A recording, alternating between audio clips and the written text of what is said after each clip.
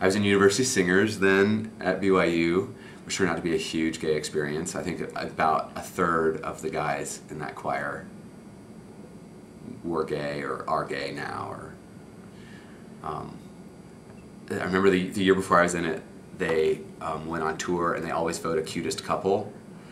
And they voted, oh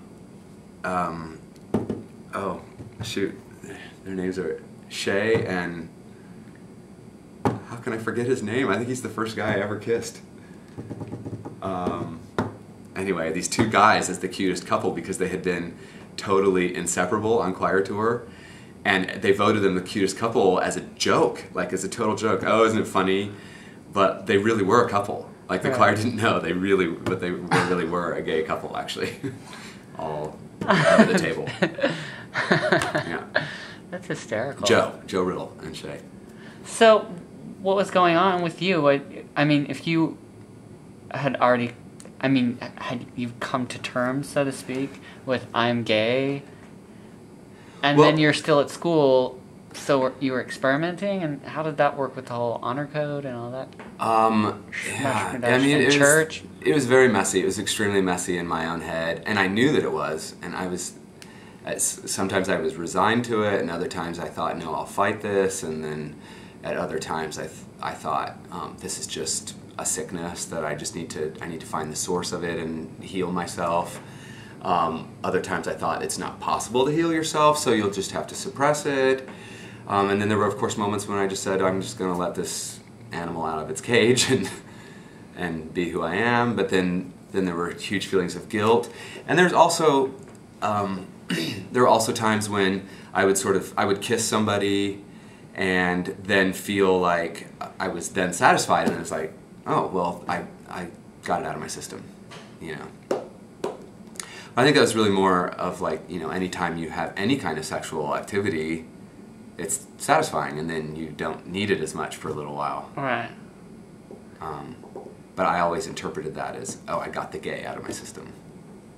But I knew that I was kind of struggling and messed up and not thinking clearly, and so I went to therapy at BYU and had actually a really good guy, I think, as a therapist. I remember he kind of won my trust when he said, it seems like you're really mad at the church. And I said, I think I am. And he said, well, if your religion, if your church is not making you happy, then you are the only person who's responsible for your happiness. So you need to do what makes you happy. And if that means going to another church or finding another religion or leaving the church, I mean, you are the only one that can take charge of your happiness. And I kind of thought, oh, I'm not just getting like the party line from this guy. And so I kind of trusted him. So then I moved, came to New York, and I think I responded to being, you know, the city's so big and so scary that I really clung to the church and to that group of friends that I immediately had here in New York through the church to kind of get me through the scariness of the city and the bigness of the city. I mean, I just immediately had a social network, and I had a place where I was special and where I was valued and considered talented. And being Mormon made me interesting and different in New York. And so I really kind of clung to that, and I resolved to just really cling to the church. And while I knew that didn't make my same-sex attraction go away, it did kind of make me resolve to just be obedient. And I remember, I think about the time I moved here in 1997, I think I remember having another conversation with you about this. And this is before you were out too. Probably. Like right before, I think. And we were both just so, I remember you being so, like, so soapboxy, like, why can't people just do the difficult thing? You have to do what's right, and I don't care, you know. If you have a testimony, then you have no choice in the matter, and you have to do this. And I can't even imagine. I totally you behaving like that. Felt the same way. Well, where I was, it made sense. Yeah. I mean, if you believe in what you believe, yeah, then it makes sense. And you have to make your whole paradigm fit together. And you know, the church is true, but I have these feelings, and so what does that mean? That means that these feelings are outside of God's plan, and they just need to go away or be ignored, or at least not acted upon. Or and I remember the thought process that I had very often, and I think I used to preach this to my other gay friends, was God asked Abraham to sacrifice his only son on an altar. And Abraham was willing to make that sacrifice. So who am I to not sacrifice my sexuality? I mean, having gay sex or letting your son live, like, which is the greatest sacrifice? I mean, clearly I could be celibate. I mean, lots of Catholic priests are celibate their whole lives. If that's what it means, that I need to like offer up my sexuality on the altar of obedience, then I can do that. And I'll be... It's funny that I kind of thought, I mean, that's how I looked at it. I was like, well, it's just, I mean, when you're in that frame of mind, I was like, people do it all the time. They give up, they live their life without sexuality or without intimacy or without sexual a loving yeah. companionship. That's their choice. And I was like, well, if that's what it's supposed to be, I guess that's what it is. So I was like, I'll, live my life and it'll be fine. Yeah.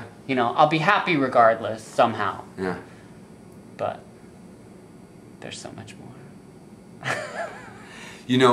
One of the things that helped me out of that line of thinking was that I was pretty convinced that I was in love with Mireille.